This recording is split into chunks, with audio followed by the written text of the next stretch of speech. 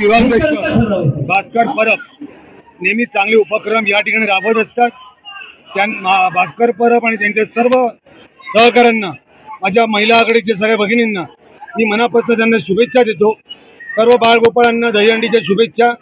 आणि आज या ठिकाणी मला जवळनं जय जवान गोविंद पथकाचं इकडे प्रत्यक्षित ते थर रस्त्यानं बघता आलं, त्याबद्दल मी माझं भाग्य समजतो। आणि सर्व बाळगोपाळांना, गोविंद पथकांना महाराष्ट्र नवनिर्माण सेनेकडनं माझ्या खूप खूप शुभेच्छा। इथे पब्लिक दिसले, तुम्ही आता पब्लिक दिसले तर काय सांगणार? काय नाही, चांगला एक प्रचंड उत्साह लोकांमध्ये।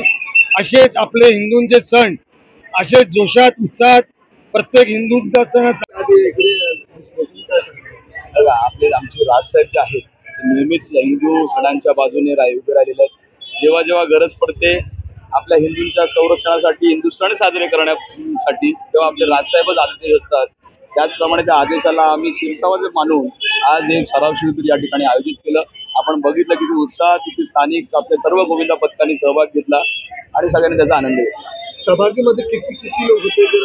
आज आपल्याकडे आम्ही खरं तर 20च मंडळी घेणार होतो, 35 मंडळ आली। उपनगरचे दोन्ही राजे, आपले शिवशाही गोविंदा पथक आणि जय जवान गोविंदा पथक दोघांनी येऊन इथे हजेरी लावली। आम्ही निमंत्रण दिलेलं मान ठेवून ते इथे आले, त्यामुळे खूप उत्साह होता। आज सगळेच गोविंदाचे थर लावत नव्हते ते देखील इथे आले आणि सगळ्यांनी मजा घेतली। 6, 7 आणि 8 तारखे लावले होते, तर तुम्ही कसं काय हे आवाज दिलं, कसं काय? आंबा पाड्याला इथे बसून 45 वर्षाच्या वर झाली। 45 वर्षाच्या इतिहासामध्ये पहिल्यांदाच आंबा पाड्यात 8 थर लावण्याचा विक्रम शिवशाही गोविंदा पथक यांनी केला आणि तो आम्ही आयोजित केलेल्या कार्यक्रमात केला, त्याबद्दल आम्हाला खूप अभिमान वाटतो। तुमच्याच कार्यक्रमामध्ये किती लोक होतात? आता तुम्ही शूट केलंच असेल, बघितलं असेल। आता हजारोच्या संख्येने सगळे आलेले नागरिक उत्साहाने आले होते, सगळे सहभागी झाले।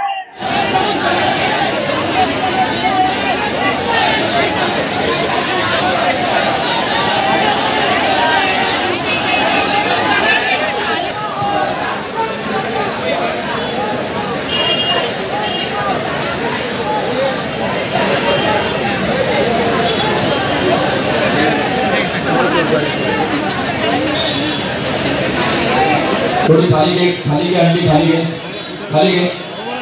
हाँ ये फोड़ो ना तू आली, अरे पकड़।